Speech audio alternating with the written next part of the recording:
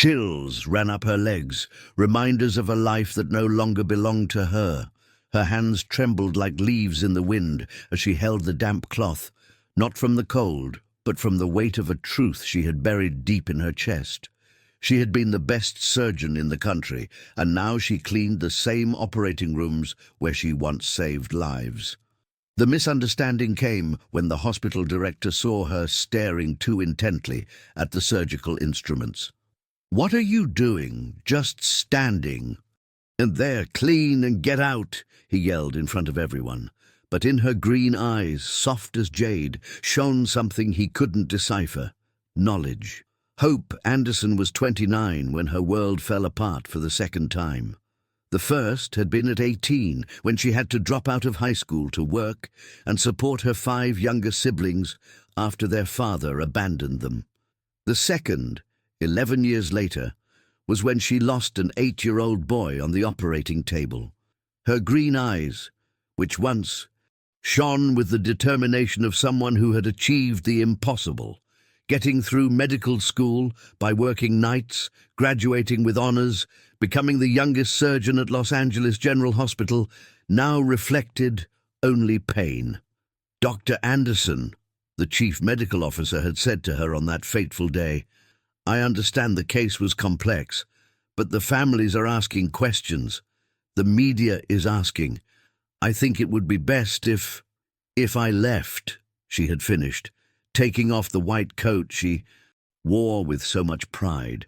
3 years later, at 32, Hope lived in a 2-bedroom apartment in Boyle Heights, caring for her sick mother and working as a janitor at St. Francis Medical Center, the same place where fate would bring her face to face with Richard Mason, the man who would change her life forever. The morning of March 15th began like any other. Hope arrived at 5 in the morning, put on her sky blue uniform, and began cleaning the operating rooms. Her hands were small, but strong, marked by years of hard work, and her fair skin showed the fatigue of someone who slept too little. "Hey, Hope," said Carla, the cleaning supervisor. "We have a special surgeon coming in today. They say he's from Seattle to operate on a tech billionaire. Make sure everything is perfect." Hope nodded silently. She had learned it was better not to ask questions, not to draw attention. But when she entered OR3 and saw the equipment set up, her heart raced. She immediately recognized the type of surgery to be performed, a complex craniotomy likely to remove a tumor in the brainstem. Her hands paused over the cleaning cloth. She had performed this exact surgery 17 times in her career, all successful, except for the last one. "Are you all right?" a male voice asked from behind her. Hope turned to meet the most intense blue eyes she had ever seen.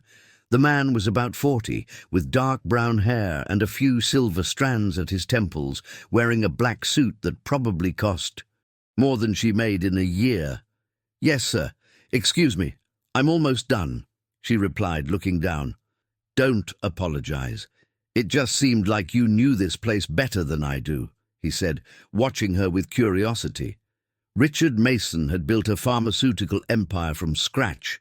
At 43, he was one of the richest men in the country, but also one of the loneliest. 3 weeks earlier, during a humanitarian trip to Haiti, he had an accident that left him with a dangerously growing cerebral hematoma. "Are you a doctor?" he asked suddenly. The question hit Hope like a punch. Her green eyes filled with tears she refused to shed. "No, sir. I'm on the cleaning staff." But Richard had seen something in her eyes, in the way she had observed the surgical equipment, in the way she had touched the instruments. There was something familiar about her. The surgery was scheduled for 8 in the morning. Hope finished her cleaning shift and was supposed to leave, but something held her back. She stayed in the hallway, near the waiting room, watching reporters and important people arrive. At 7:30, the chaos began. "I can't do this," she heard the surgeon from Seattle say. "The risk is too high. The documents they sent me don't match the scans I'm seeing here." "Doctor, please," pleaded the hospital director. "We have the entire press waiting. My reputation is worth more than any surgery. I'm withdrawing from the case." One by one, the doctors began to leave the room. Hope, watched as the 37 specialists who had been summoned for the case walked away. The hospital director was pale. The nursing team began to dismantle the OR. It was then that Hope made the most important decision of her life. "I can operate on him," she said, entering the room. Everyone fell silent. The director looked at her as if she were crazy. "Excuse me? Who are you?" "I am Hope Anderson. I was a neurosurgeon at LA General for 8 years. I can perform this surgery." The director let out a nervous laugh. "Security, please remove this woman." But Richard, who'd been watching from the gurney, raised his hand. "Wait," he said, his voice weak but firm. "Let her speak." Hope approached the gurney. Her hands were no longer trembling. "Mr. Mason, you have a chronic subdural hematoma with a mass effect. The procedure requires a modified tyrrhinal approach. I've performed this surgery many times. I can save you." Richard looked into her eyes. In those green eyes, he saw something he hadn't seen in any of the doctors who had fled. Pure courage. "What are the risks?" he asked. "Without surgery, you have a 90% chance of dying in the next 6 hours. With surgery, you have a 70% chance of surviving without complications." The silence in the room was tense. Finally, Richard spoke. "I trust you, Dr. Anderson. Have you ever had to choose between safety and doing the right thing? Have you ever felt like your true self was hidden under what others expect of you? Let me know in the comments what city you're watching from, and hit like if you think Hope should take this risk for someone she just met." The tension in the operating room was palpable. Hope scrubbed in with the precision of someone who had performed the ritual thousands of times.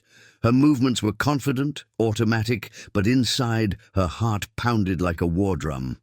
"I need everyone who is staying to sign a liability waiver," the hospital director said, clearly nervous. "This is completely against protocol." "I'll take full responsibility," Richard said from the gurney. "Dr. Anderson, what do you need?" Hope looked around. 3 nurses had decided to stay. Mary Beth, a woman in her 50s who had worked in neurology her whole life. Sophia, a young 25-year-old who had just graduated, and Carmen, the head nurse, a serious woman of 45, who had decided to trust the strange situation.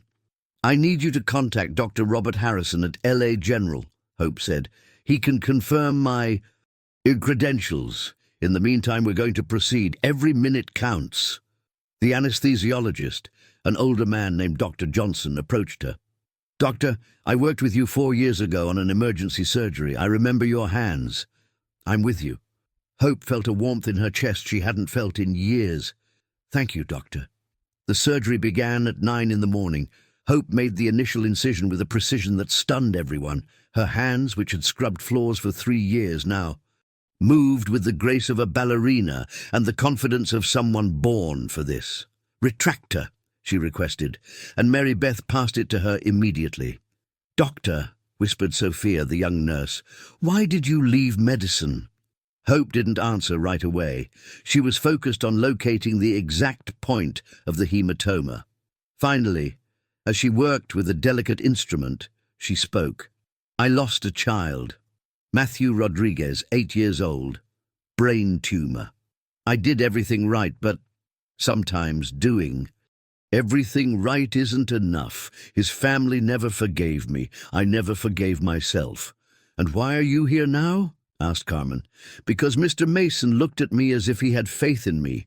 It's been 3 years since anyone has looked at me like that." The surgery lasted 6 hours.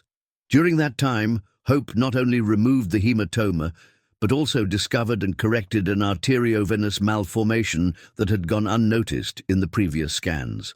"Doctor," said Dr. Johnson, "that malformation would have caused another bleed in a few months. You just saved his life twice." When Richard woke up in the recovery room, the first thing he saw were those green eyes that had looked at him with such confidence hours before. "How are you feeling?" Hope asked, checking his neurological reflexes. "Like I've been born again," he answered. "How can I ever thank you?" Don't thank me. Just get better. But Richard had seen something during the surgery.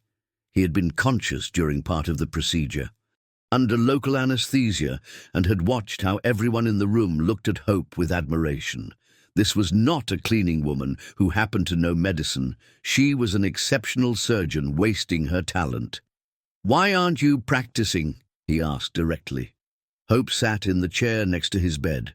For the first time in 3 years, someone was asking about her past without judging her. "When I lost Matthew, the hospital suggested I take a break. The media said it was negligence. The family sued me. Even though it was eventually proven that I had done everything correctly, it was too late. My reputation was destroyed. No one would hire me. And your family. My mom is sick. She needs expensive medication. My younger siblings are in college. The cleaning job gives me enough to support everyone." Richard watched her in silence. There was something about this woman that moved him deeply. It wasn't just her medical skill, but her dignity, her quiet sacrifice, the way she had put her career on the line to save a stranger. "Do you know who I am?" he asked. "A man who needed surgery." She replied simply, "I'm Richard Mason. I own pharmaceutical labs across the country. I can help you practice again." Hope shook her head.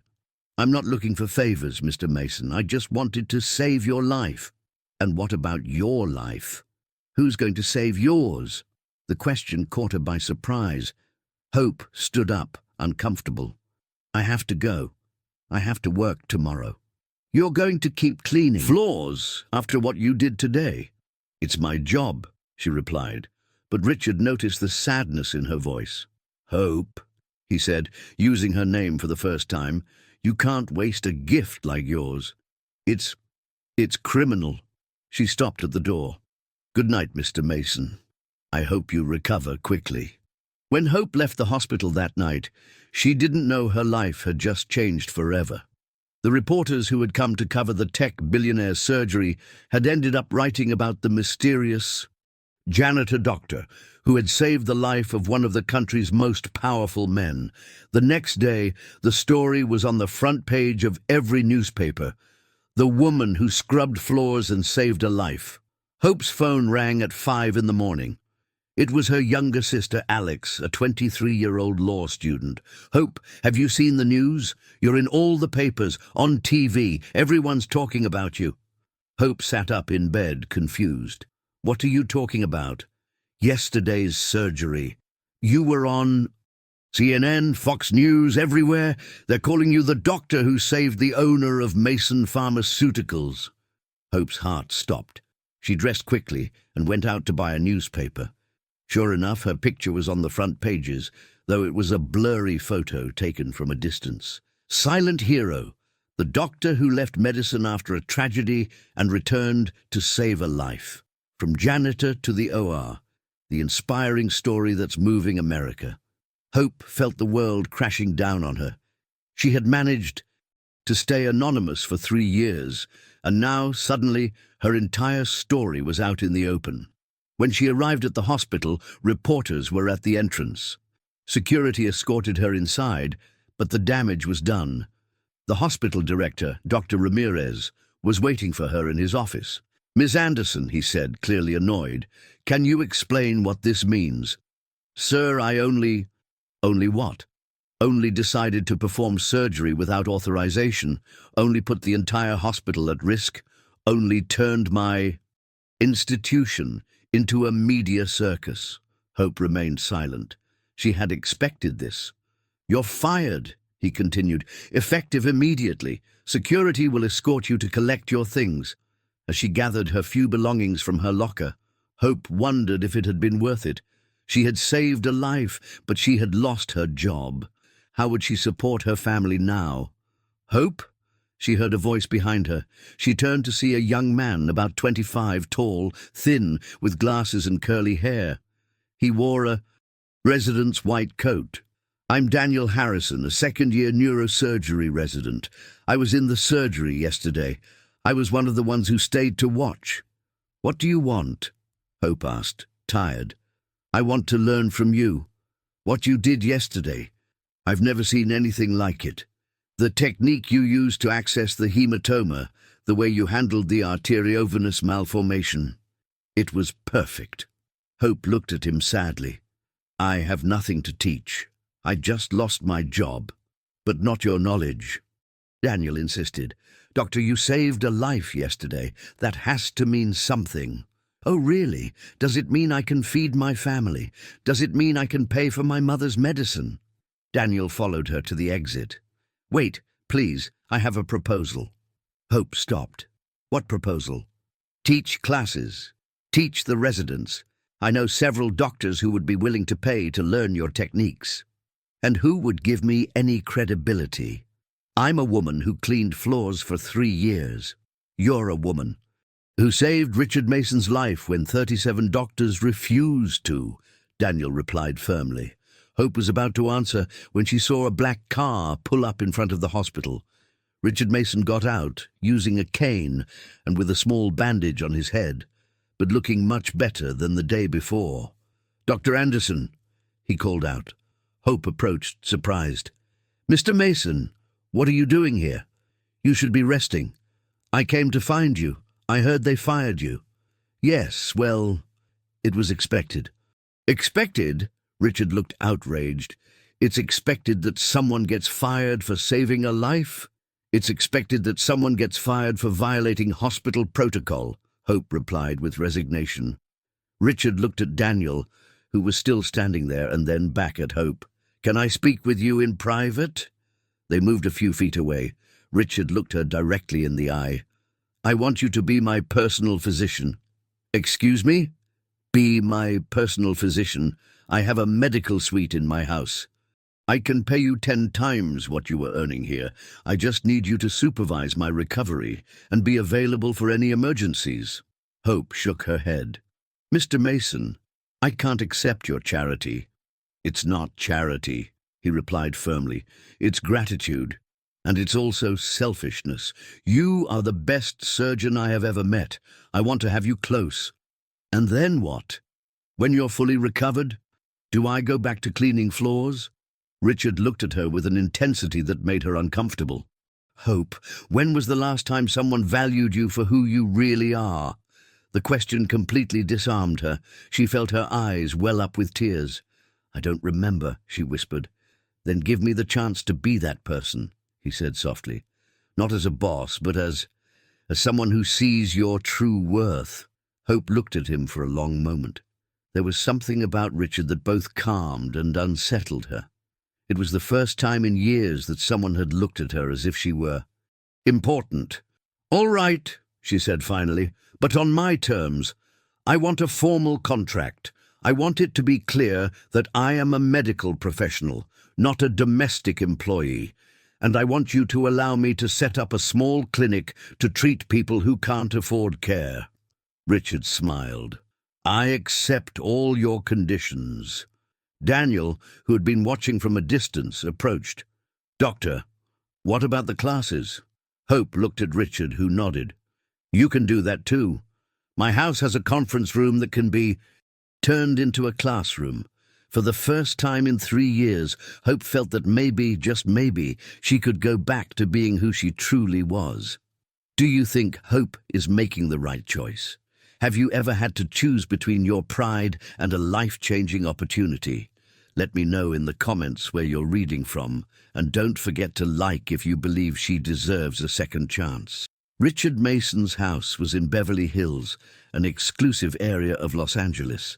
When Hope arrived with her small suitcase, she felt completely out of place. The mansion was imposing. 3 stories, perfectly manicured gardens, a fountain in the center of the main courtyard. But what impressed her most was the medical wing Richard had built specifically for his recovery. Here's everything you need, Richard said, showing her a room fully equipped with state-of-the-art medical technology. Monitors, ultrasound equipment, even a small emergency operating room. Why do you have all this? Hope asked. Amazed. My late wife, she had a chronic illness. She spent her last years here. When she passed away, I didn't have the heart to dismantle it. Hope noticed the sadness in his voice. When did she pass? 4 years ago. Pancreatic cancer. The best doctors in the world came to treat her here, but he trailed off, his voice breaking. Sometimes money can't buy more time. What was her name? Isabella. Isabella Mason. She was the love of my life. Hope felt a strange pang in her chest. Jealousy. Why would she feel jealous of a woman who had died? Do you have children? She asked, trying to keep her voice neutral. A daughter. Camilla. She's 17. She's at a boarding school in Boston. Since her mother died, she prefers to be away from home. Why? Richard looked at her with a mixture of pain and guilt. Because she blames me. She says I could have done more, that I could have found better doctors, better treatments. Maybe she's right. Hope stepped closer to him. Richard, you can't blame yourself for something that was out of your control. How can you say that? You've been blaming yourself for a patient's death for 3 years. The observation caught her by surprise. He was right. They both carried burdens of guilt that didn't belong to them. Well, she said, changing the subject, let's focus on your recovery. I need to review your post-op scans and set up a rehabilitation plan. Over the next few days, Hope established a routine. She checked on Richard every morning, supervised his medication, and accompanied him on his rehabilitation exercises. In the afternoons, Daniel would come with other residents for the neurosurgery classes they had started giving in the main conference room. The key in a tyrrhenal craniotomy, Hope explained to the 5 young doctors who gathered religiously every afternoon, is not just technique, but patience. Every blood vessel, every millimeter of tissue, has a purpose. Respect it. Richard often sat at the back of the room watching. There was something hypnotic in the way Hope taught, as if she were born for it. "Why don't you have children?" he asked her one night during dinner. The question caught her off guard. "I never had time. First I was studying, then working, then I no longer had a life to offer anyone else." "And you don't want a family?" Hope set her fork down on the plate. "Why are you asking me this?" "Because I see how you are with the students. You have a maternal instinct. You'd be an incredible mother." "Richard, where are you going with this?" He leaned back in his chair. "Nowhere. Just getting to know you." There was something in his voice that made her nervous. It wasn't the first time she had noticed Richard looking at her differently, as if he were evaluating something more than her medical competence. "Do you know what I like most about you?" he continued. "What?" she asked, though she wasn't sure she wanted to know the answer. "That you're real. You don't pretend to be someone you're not to impress me. You don't care about my money. You're just you." Hope felt uncomfortable. "Richard, I'm your doctor. Nothing more." "Nothing more?" he asked, and there was something in his voice that made her look him directly in the eye.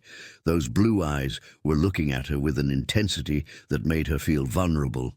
For a moment, she got lost in them, imagining what it would be like to be seen that way by someone, not as an employee, but as a woman. "Nothing more," she repeated, but her voice sounded less convincing. That night, Hope couldn't sleep. She was confused. Richard was kind, intelligent, generous, but he was also her patient, her employer, and way out of her league. Besides, he was still mourning his wife. The next day, everything changed. During breakfast, Richard received a call. His expression changed drastically. "When is she arriving?" he asked the phone. "Tomorrow? Are you sure she wants to come?" When he hung up, he looked worried. "What's wrong?" Hope asked. "Camilla is coming home, my daughter. She says she wants to meet you." "Meet me? Why?" "Because she saw the news. Because everyone at her school is talking about the woman who saved her father's life. Because—" He trailed off. "Because what?" "Because I told her you're special." Hope's heart started to race. "Richard, what did you tell her exactly?" "That you're the bravest person I've ever met. That you risked everything to save a stranger. That—" He stopped again. "That what?" "That you've helped me remember what it feels like to be alive again." The confession hung in the air. Hope didn't know what to say. Camilla arrives tomorrow, Richard continued. She's angry. She says I can't replace her mother. Replace? What did you do to make her think that? Maybe I told her I have feelings for you. Hope stood up from the table, upset. You told her what? Hope, I can't keep pretending. These days with you have been the best I've had in 4 years. It's not just gratitude, it's something more. Richard, this can't happen. I'm your doctor. I'm here for work. Just for work? He asked, standing up as well. Don't you feel anything? Hope looked into his eyes. The truth was she did feel something that scared her, that made her want to run away and stay at the same time. It doesn't matter what I feel, she said finally. Your daughter is going to hate me, and she's right. I can't compete with the memory of her mother. This isn't about competing, it's about living again. And what if I'm not ready to live again, she asked, and the vulnerability in her voice completely disarmed him. Richard approached her slowly. Then I'll wait. I'll wait as long as you need. And your daughter? My daughter will have to understand that her father deserves a second chance at happiness. Hope closed her eyes. Everything was changing too quickly. 3 weeks ago, she was cleaning floors. Now she was falling for one of the richest men in America. I need to think, she said finally. All right, but Hope, when you see Camilla tomorrow, remember that you are an extraordinary woman. Don't let anyone make you feel less. Camilla Mason arrived at the family home like a storm. At 17, she was a female version of her father, intelligent, determined, and used to getting what she wanted. She had Richard's dark brown hair, but her mother's light green eyes, and an attitude that clearly stated she was not happy to be there. Where is she? She asked, as soon as she entered the house, without even greeting her father. Camilla, good morning to you too, Richard said, trying to hug his daughter, who pulled away. Where is the woman who's trying to replace my mother? Hope came down the stairs at that moment, having heard the conversation. She wore simple black slacks and a white blouse, but she held her head high. Hello, Camilla. I'm Hope Anderson, she said, extending her hand. Camilla looked her up and down without taking her hand. So you're the famous savior. I have to admit, you're not what I expected. What did you expect? Hope asked, keeping her calm. Someone more elegant, more sophisticated. Someone who at least looked like they belonged in this world. Richard intervened. Camilla, that's enough. No, Dad. Let's be clear. This woman was cleaning floors a month ago. Is she going to be my new stepmother now? Hope felt the sting, but she stood firm. Camilla, I understand you're upset, but I'm not here to replace anyone. I'm here as your father's doctor. Just as his doctor? Camilla asked with sarcasm. Because my father has been talking about you like you're the 8th wonder of the world. Your father is grateful because I saved his life. Nothing more. Nothing more. Camilla stepped closer to her. So you wouldn't mind leaving now that he's recovered? The challenge hung in the air. Hope looked at Richard, who seemed distressed by the situation. If that's what your father wants, I'll leave immediately, Hope replied. No, Richard exclaimed. Camilla, Hope is staying. It's my decision. Your decision, Camilla shouted, like it was your decision to let Mom die. The silence that followed was deafening. Richard turned pale, as if he'd been slapped. Camilla, he whispered. No, Dad. Let's talk about this. Mum was sick for 2 years. 2 years in which you brought doctor after doctor, treatment after treatment. But in the end, what good did it do? She died anyway. And now what? Some woman saves your life, and you've already forgotten about Mum. Hope saw the pain in Richard's eyes and couldn't stay quiet.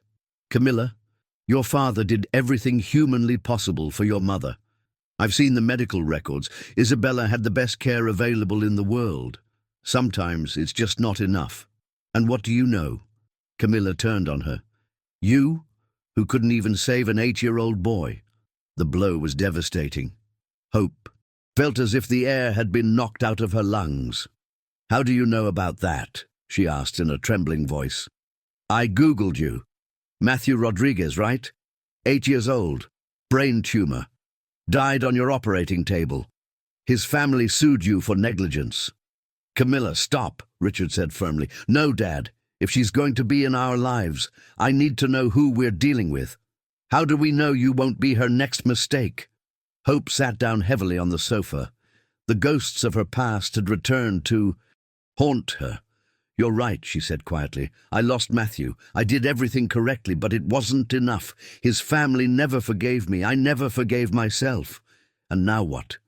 You come here looking for redemption with my father."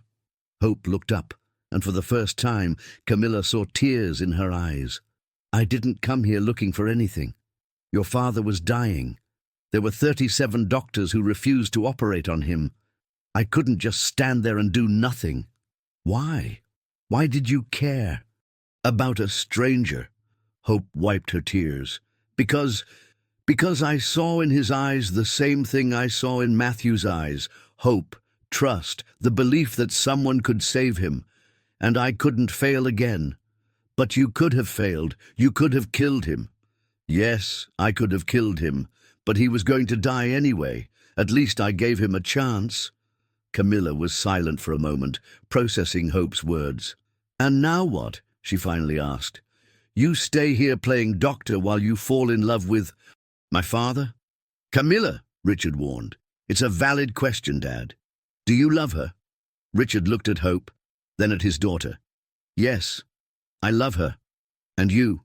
Camilla turned to Hope. "Do you love my father?" Hope closed her eyes. The truth was complicated, terrifying, but undeniable. "Yes," she whispered, "I love him. Even though you're from completely different worlds. Despite everything." Camilla watched them both for a long moment. Finally, she turned to Hope. "My mother was extraordinary. She was elegant, sophisticated, educated. She spoke 4 languages, had a PhD in art history, and came from old money. I adored her." "I understand," Hope said. "No, you don't understand. I adored her, but I also watched my father consume himself taking care of her. For 2 years, he wasn't himself. He didn't smile. He didn't laugh. He didn't live. He just existed, waiting for a miracle that never came." Richard looked at her in surprise. He had never heard his daughter speak like this. "After she died," Camilla continued, "I thought Dad would never be the same. And I was right. For 4 years he's been a shadow of who he once was. Until now." "What do you mean?" Hope asked. "Since you arrived, he's different. He smiles again. He talks with enthusiasm. For the first time in 4 years, he seems alive." Hope didn't know what to say. "But," Camilla continued, "I need to know you're not going to hurt him, because if you do, if you hurt him like life has already hurt him, I swear I will make you regret it." "Camilla," Richard began. "No, Dad, I need to say this. Hope, I don't like you. I don't like where you come from. I don't like that you're not like Mom, and I don't like that my father fell for you so quickly." Hope nodded, understanding. "But," Camilla took a deep breath, "I do like that you risked your career to save a stranger. I like that you didn't try to impress me by pretending to be someone you're not. And I like that when I asked if you loved him, you were honest." "So?" Richard asked. "So," Camilla looked Hope directly in the eyes, "if you really love him, you're going to have to earn my respect. And it's not going to be easy." "I don't expect it to be easy," Hope replied. "I just hope it's possible." "We start from scratch," Camilla said, "and the first condition is that you tell me about Matthew. I want to know the whole story." Hope felt a knot in her stomach, but she nodded. "All right." That night, the 3 of them sat in the living room. Hope told the whole story of Matthew Rodriguez, a bright, funny boy who wanted to be an astronaut. His tumor was aggressive but operable. The surgery had lasted 12 hours. Everything had gone according to plan, but Matthew developed a rare post-operative complication that no one could have predicted. "Did his parents ever forgive you?" Camilla asked. "No, and I understand them. They lost their only son." Have you seen them since? No, but this Saturday is the anniversary of his death. I go to the cemetery every year. Camilla looked at her father, then back at Hope. I want to go with you. What? Hope asked, surprised.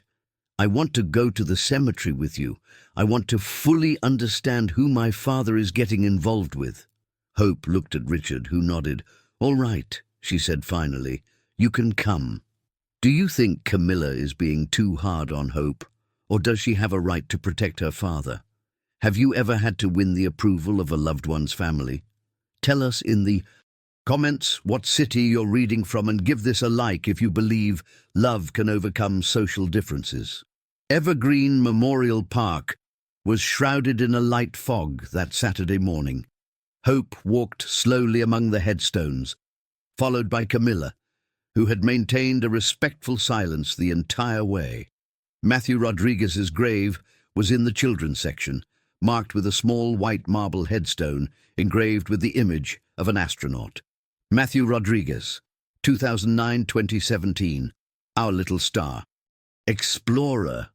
Hope knelt and placed a bouquet of fresh sunflowers in front of the headstone. The yellow flowers contrasted vividly with the white marble. Hi, Matthew, she whispered. I brought someone for you to meet. Camilla was surprised to see tears streaming down Hope's cheeks. This woman, who had maintained such composure in the face of her verbal attacks, now looked completely vulnerable. Every year I come to ask for his forgiveness, Hope said, without looking at Camilla. Every year I promise him I'm going to be better. Better at what? Camilla asked softly. At living, at not wasting the life he couldn't have, at honoring his memory by being the best version of myself. Camilla knelt beside her.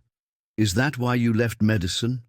I left medicine because I was afraid that another child's family would have to go through what Matthew's family went through. But after meeting your father, I realized that fear is no reason to stop doing good. My father made you change. Your mind? Your father made me remember why I became a doctor in the first place, to save lives. I can't save them all, but I can try to save the ones I can. Camilla watched Hope in silence. There was something genuine in her pain, something real in her regret. Do you know what bothers me most about you? She finally asked. What? That you're not what I expected. I expected to find an opportunist, someone who was with my father for his money. But you're real. Hope looked at her. Does that bother you? It bothers me because it makes my anger unjustified. It's easier to hate you when I can think you're a bad person. They were silent for several minutes, each lost in their own thoughts.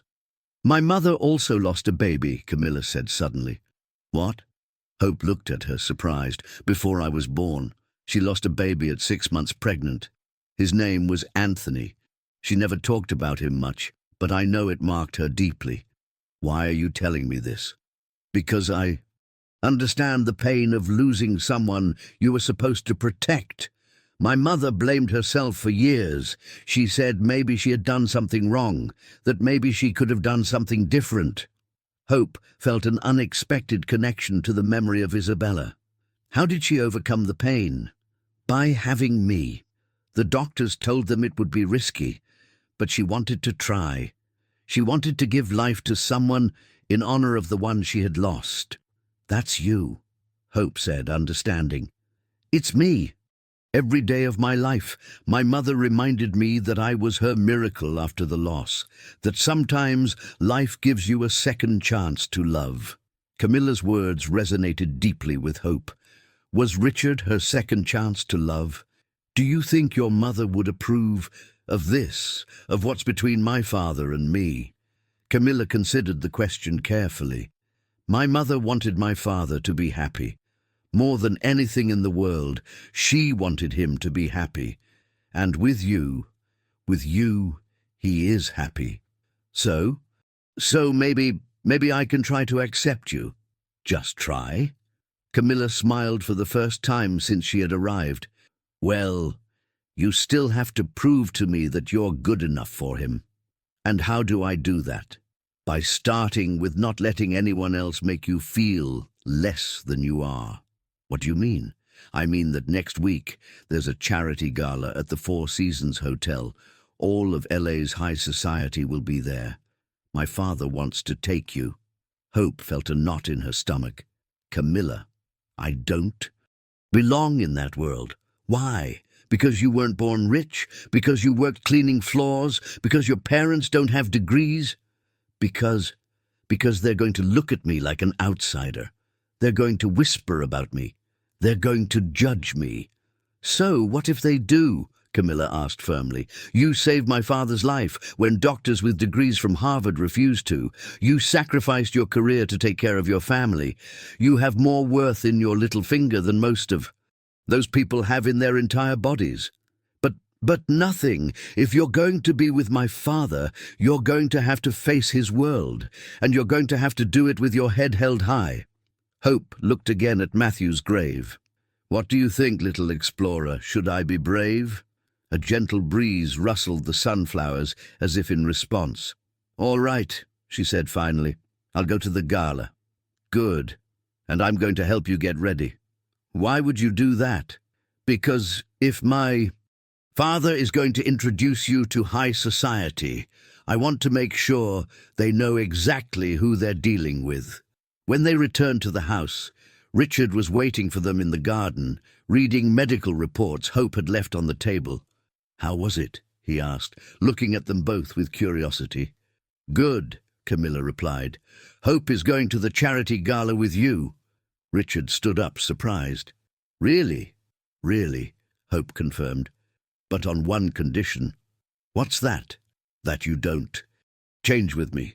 I don't want you to pretend I'm someone I'm not. If I go as Hope Anderson, the daughter of a construction worker from Boyle Heights who became a surgeon. Richard approached her and took her hands. I wouldn't change a thing about you. You're perfect just as you are. I'm not perfect. I have scars, I have fear, I have a complicated past. And I have scars, fear, and a complicated past too. We're two imperfect people who found each other at the perfect time. Camilla watched them from a distance, and for the first time she saw what her father had seen in Hope. It wasn't her physical beauty, though she was beautiful. It wasn't her intelligence, though she was brilliant. It was her authenticity, her ability to be vulnerable, her quiet strength. All right, Camilla said, interrupting the moment.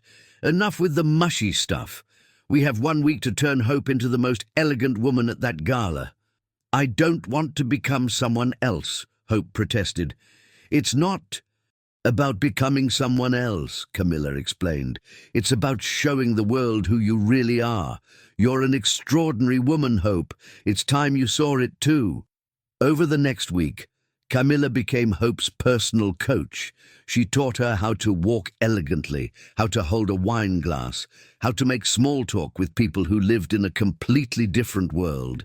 Remember, Camilla told her, you're not trying to impress anyone. You're there as the woman my father loves. That's the only thing that matters. And what if they ask me uncomfortable questions about my past? Then you answer them with honesty. Your past is not something to be ashamed of. It's what made you strong. On the day of the gala, Hope looked at herself in the mirror.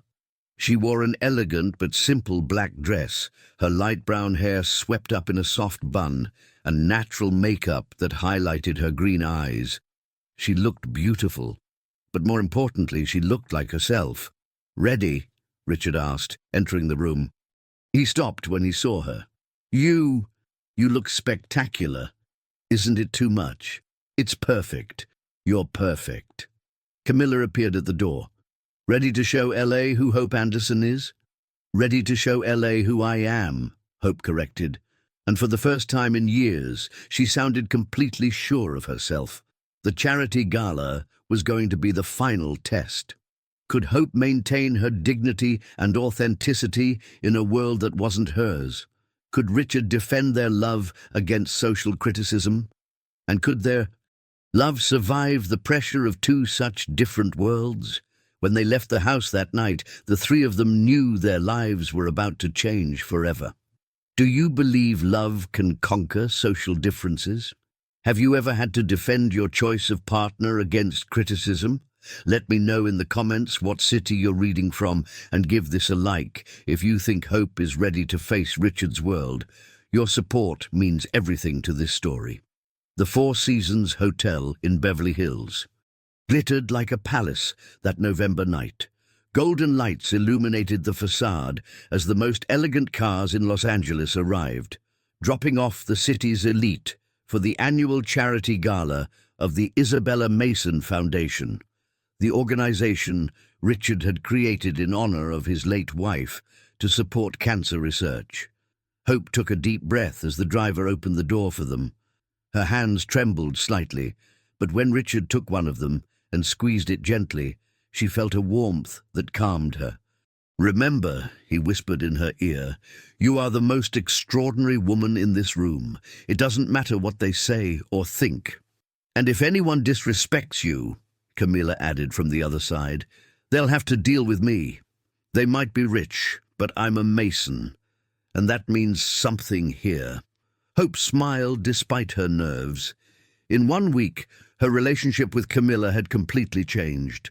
She was no longer the hostile teenager who saw her as a threat, but an unexpected ally who had become her fiercest protector.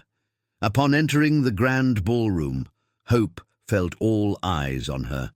Conversations momentarily paused, whispers began, and the silent assessment started. She wore the simple yet elegant black dress Camilla had chosen for her, which enhanced her figure without being ostentatious. Her light brown hair was gathered in a soft bun, revealing the pearl earrings that had belonged to Richard's mother, a gesture Camilla had insisted on.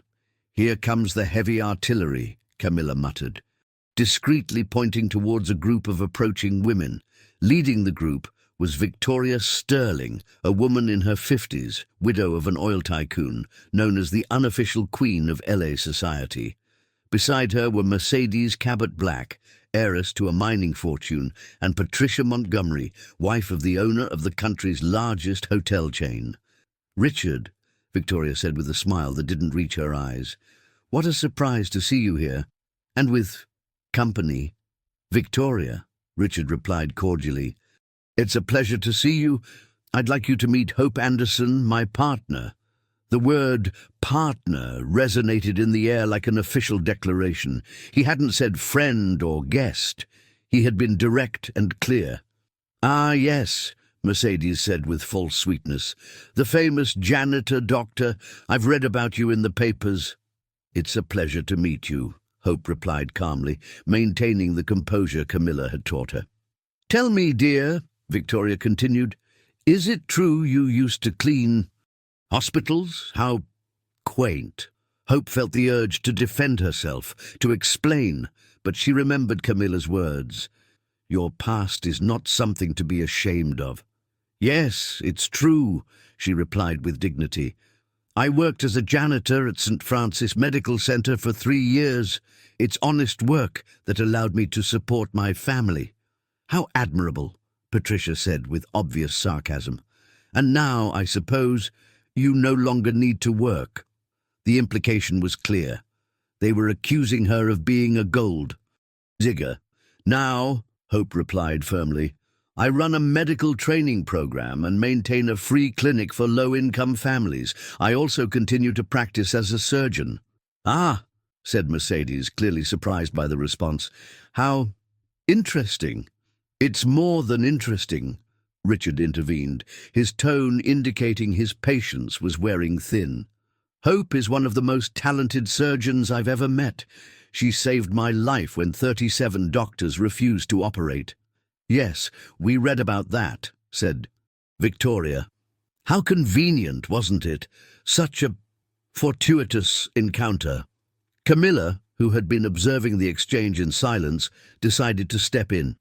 "Mrs. Sterling," she said with the authority only a Mason could command, "are you implying that Hope somehow planned for my father to need emergency brain surgery?" Victoria paled slightly. "Of course not, dear. I was just commenting on life's coincidences." "Coincidences," Camilla continued, Like the fact that you're here tonight at a dinner in honor of my mother, when everyone knows you and she never got along." The group fell silent. Camilla had hit a nerve. "Camilla," Patricia said, trying to change the subject, "you look beautiful tonight. When are you heading back to Boston?" "After Christmas," Camilla replied, but kept her focus on Hope. "I've decided to spend more time at home. There are more important things than school." At that moment, the master of ceremonies announced that dinner was served. Richard offered his arm to Hope, and they headed towards the main table. "Are you okay?" he asked her quietly. "I'm okay," she replied, though her heart was still racing. "Thank you for defending me." "I will always defend you," he said, pausing for a moment to look into her eyes. "Always." Dinner passed with superficial conversations and curious glances. Hope remained elegant and serene, answering questions with honesty and grace. She spoke about her work at the free clinic, her medical training program, and her plans to expand both projects. "It's impressive," commented Dr. Alejandro Herrera, a renowned cardiologist sitting across from her, "that you've achieved so much in such a short time after returning to medicine." "Thank you, Dr. Herrera. I believe that when you find your true purpose, anything is possible." "And what is your true purpose?" asked the doctor's wife. Hope looked at Richard, then at Camilla, and finally answered, "To save lives and to train the next generation of doctors to be not only technically excellent but also compassionate." "Like Isabella," said a voice from the other end of the table. Everyone turned. It was Fernando Aguirre, a close family friend of the Masons who had known Isabella since childhood. "Isabella always said that medicine without compassion was just a technique," Fernando continued, "that the best doctors were those who understood the human heart, not just the body." Hope felt a strange emotion. It was the first time anyone had positively compared something about her to Isabella. "Isabella was an extraordinary woman," Hope replied sincerely. "I hope to honor her memory with my work." Fernando smiled. "I think you already are." After dinner, it was time for speeches. Richard went to the podium to talk about the foundation named after his wife.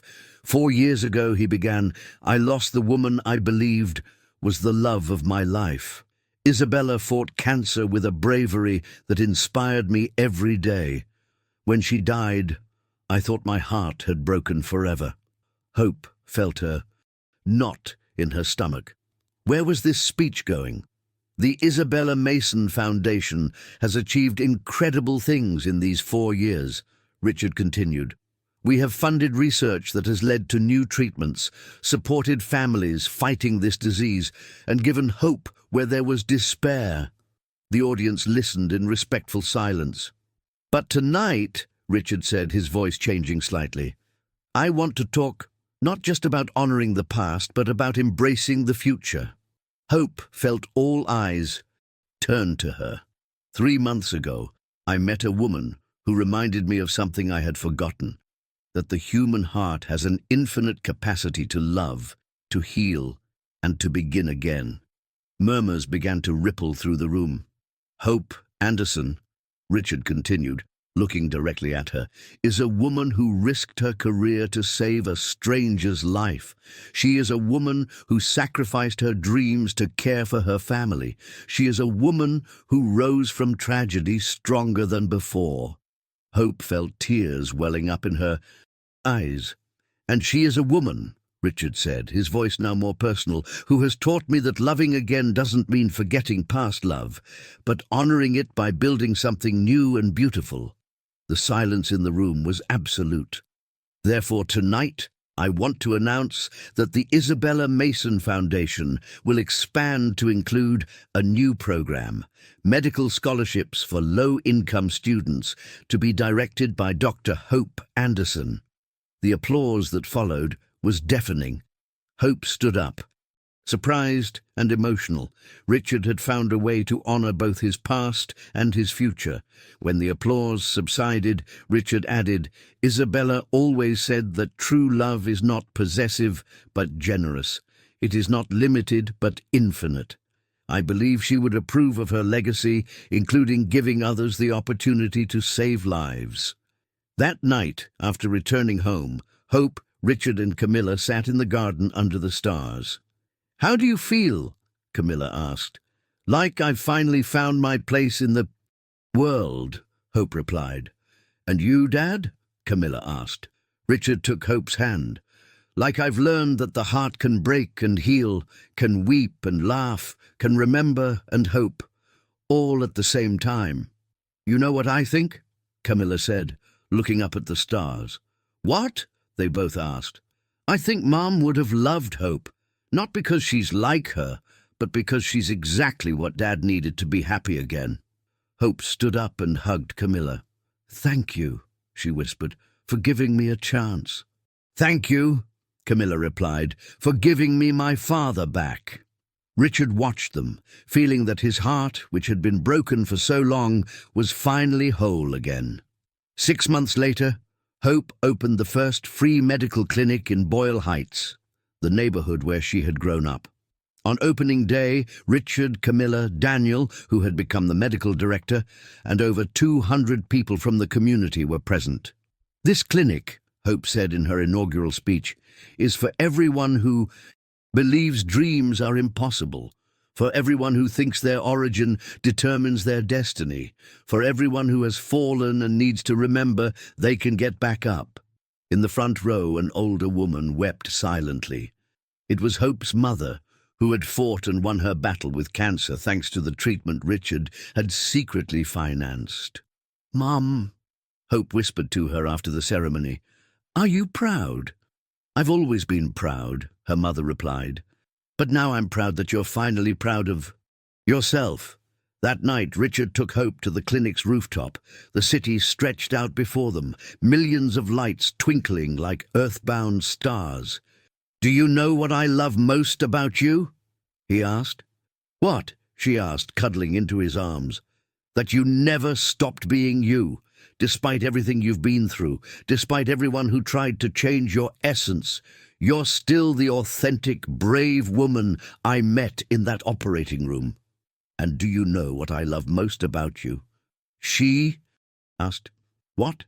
"That you see me for who I really am, not for who others expect me to be." They stood in silence, watching the city where they had both found love when they least expected it. "Hope," Richard said suddenly. "Yes. Will you marry me?" She pulled back to look him in the eye.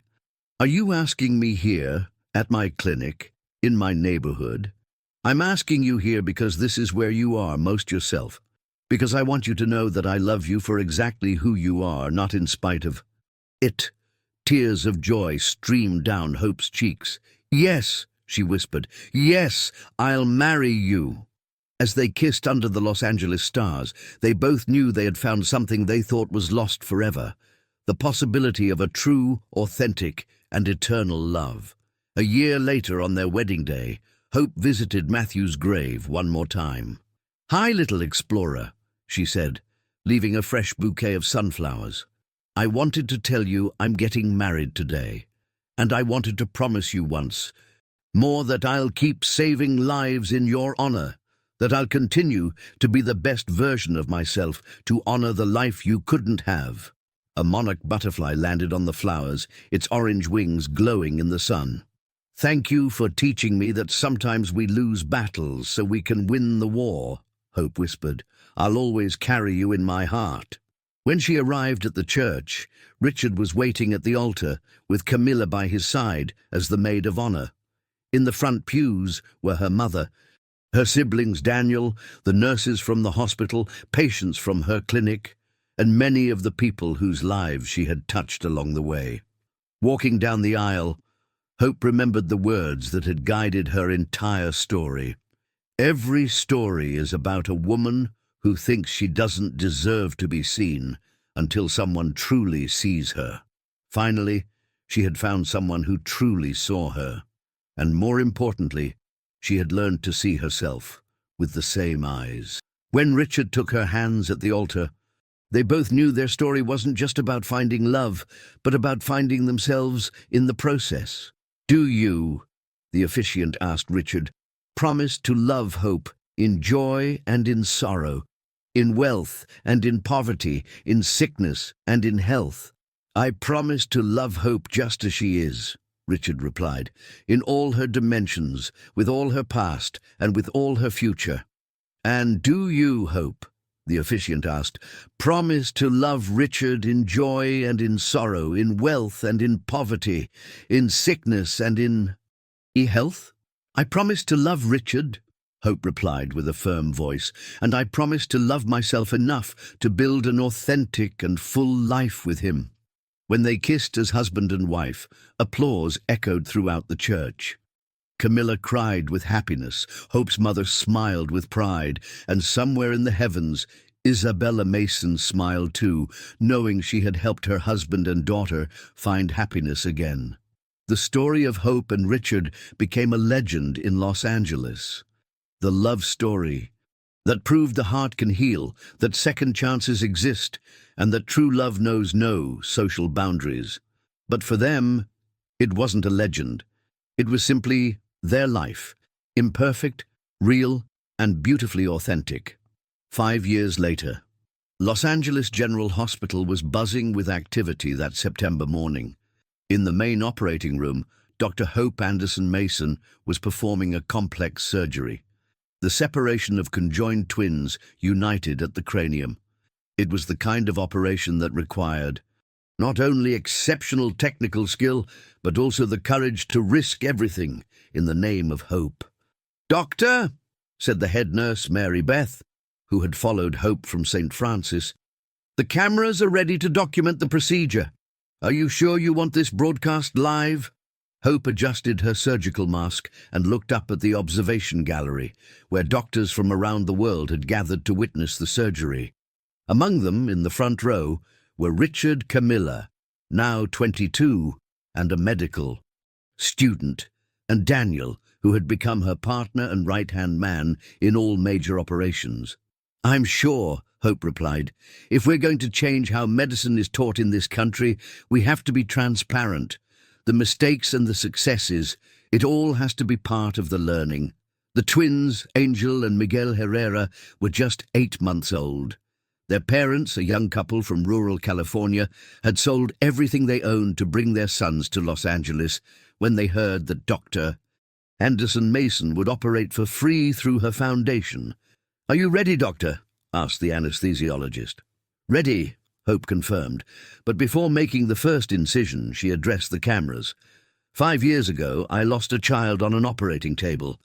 That loss broke me, made me doubt my purpose, made me run from what I loved most. Today, I operate on these 2 beautiful boys, not despite that mistake, but because of it, because it taught me that medicine isn't about perfection, but about compassion, persistence, and the courage to try one more time." The surgery lasted 14 hours. Hope worked with a precision that amazed the observers, but even more impressive was her calm under pressure. When she faced an unexpected complication, a vascular malformation that hadn't appeared on the scans, she didn't freeze as she had years ago with Matthew. Instead, she adapted, innovated, found a solution. "Incredible," murmured one of the visiting surgeons from Johns Hopkins. "She just invented a new technique in real time."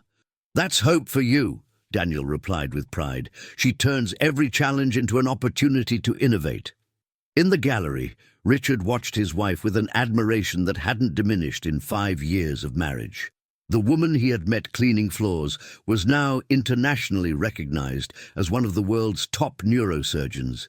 But what he loved most was that she remained the same authentic and compassionate person. "Dad," Camilla whispered, "do you think she'll do it?" "Your stepmom," Richard said, and it was now natural for him to refer to Hope that way, "doesn't know the meaning of the word impossible." When Hope finally announced separation complete, both babies have stable vital signs, the applause in the gallery was deafening. But she didn't stop to celebrate. She immediately went to the waiting room where the twins' parents had been waiting for 14 hours. "Mr. and Mrs. Herrera," she said, still in her surgical scrubs, "your Sons are fine. The separation was successful. The mother, a young woman of just 23 named Rosa, collapsed into her husband's arms, crying with relief.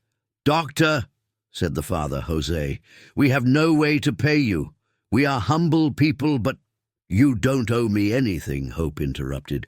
"Just promise me that when your sons grow up, you'll teach them they came into this world as a miracle, and that miracle obligates them to do good in life."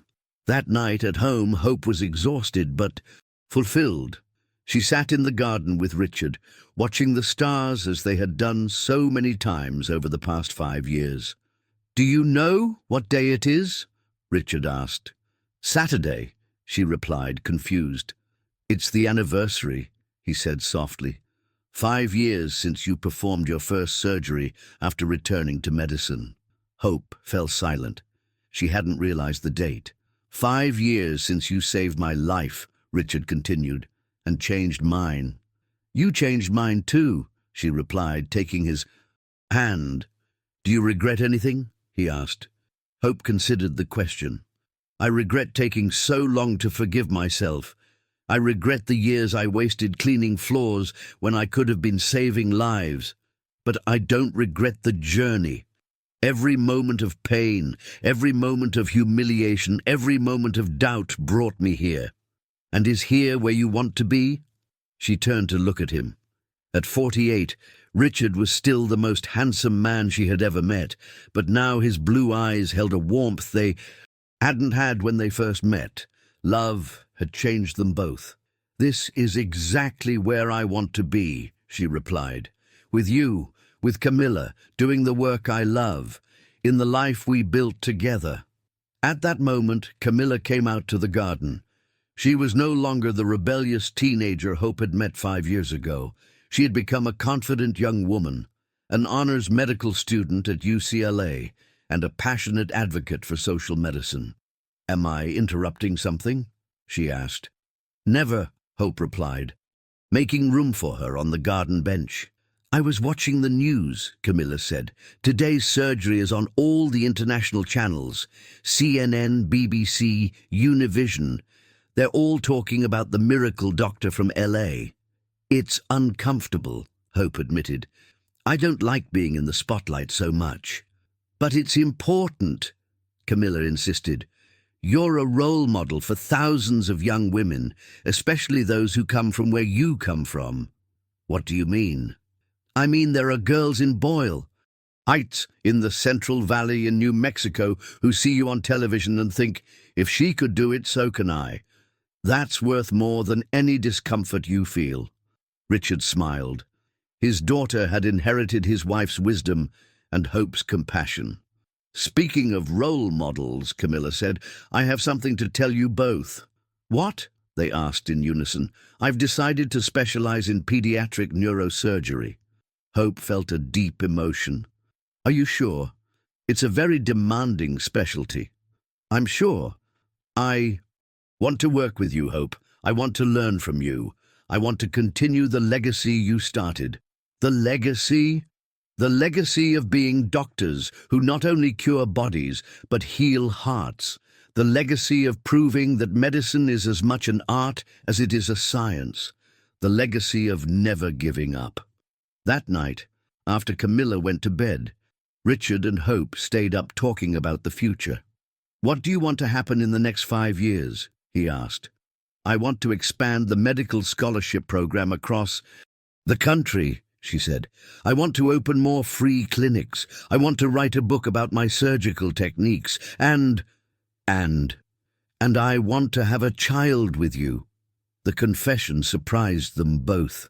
They had never openly talked about having children together. "A child?" Richard asked. "Yes, I know we already have Camilla, and I love her as if she were my own. But I want us to have a baby together. Someone who carries our story, who will be a symbol that love can create something entirely new." Richard hugged her. "Nothing would make me happier." "Are you sure? I'm 37. The risks—" "Hope," he interrupted, "you are the best surgeon I know. If anyone can navigate the risks of a later pregnancy, it's you." 6 months later, Hope was pregnant. The pregnancy was carefully monitored, but proceeded without complications. During those 9 months, she continued to operate, teach, and run her clinics, adjusting her routine as the pregnancy progressed.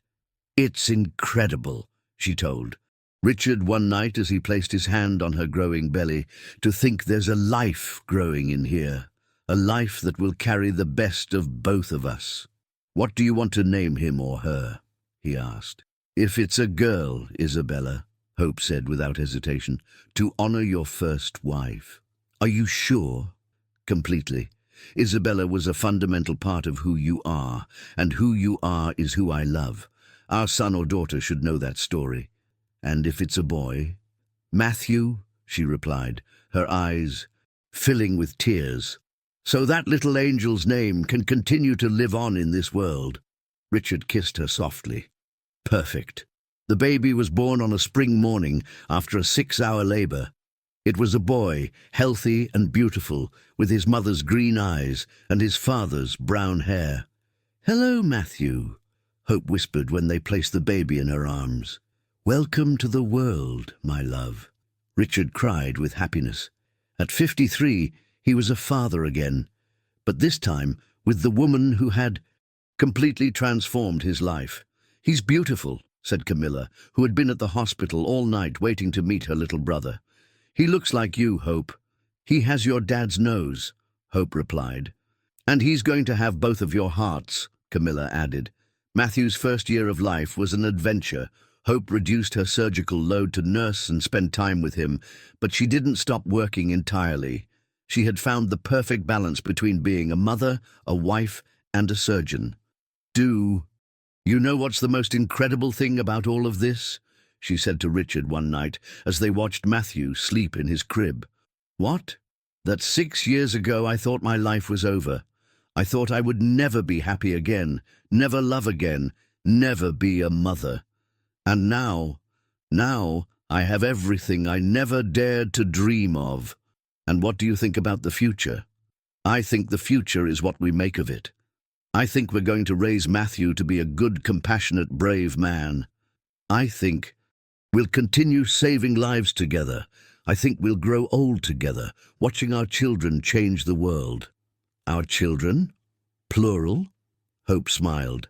"Well, Camilla may not be biologically mine, but she's mine in every way that matters. And who knows? Maybe Matthew won't be an only child for long." Richard hugged her. "I love you, Hope Anderson Mason. Every day I love you more. And I love you, Richard Mason. Thank you for seeing in me what I couldn't see in myself." "What was that?" "That I deserved to be loved, that I deserved to be happy, that I deserved a second chance." In the final scene of their story, Hope is standing on the balcony of her clinic in Boyle Heights, watching the families leave after receiving free medical care.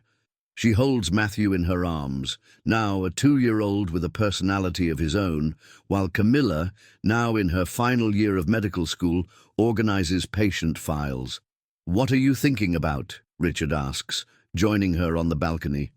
"I'm thinking about circles," she replies. "About how life takes us on paths that seem to lead us away from our destiny, but are actually preparing us for it." "Explain." "I started my career in this very neighborhood, dreaming of being a doctor. I lost that dream, hit rock bottom, cleaned floors. But that experience taught me humility, taught me to value every opportunity, taught me that honest work has dignity, no matter what it is. And it brought you to me. And it brought me to you. But more importantly, it brought me back to myself. The woman I am today couldn't exist without everything I went through. And now, she says, kissing Matthew's forehead, now I know that every ending is really a beginning. Every loss is an opportunity to find something better. Every moment of pain is the seed of a moment of joy. No regrets? No regrets, she confirms, only gratitude. As the sun sets over Los Angeles, the Anderson Mason family remains on the balcony, watching the world they have helped change, knowing that their love story not only transformed them, but touched the lives of thousands who found hope in their example. And somewhere in the heavens, two souls, Isabella Mason and Matthew Rodriguez, smile, knowing their legacy lives on in the love, compassion and courage of those who continue to fight to make the world a better place. The story of Hope and Richard was not just about finding love. It was about finding the courage to live authentically, to love without reservation, and to never give up on the possibility that tomorrow can be better than today. A final message. If you've made it this far, it means the story of Hope and Richard touched your heart. Their struggles, their fears, and their courage to love despite it all are a reflection of our own daily battles. Did you see yourself in Hope? In Richard? In Camilla? Each of us carries scars from the past, but also the capacity to heal and love again. Please consider subscribing to the channel for more stories that speak to the heart, commenting on which part moved you the most, and sharing your own experiences of overcoming challenges, telling us which city you're reading from. We love knowing where our readers are, suggesting what kind of stories you want to read next. Do you prefer more romance, more family drama, or stories of professional triumph? Remember, like Hope, we all deserve a second chance at happiness. Sometimes we just need someone to truly see us for who we are, flaws and all. Thank you for joining us on this emotional journey. See you in the next story.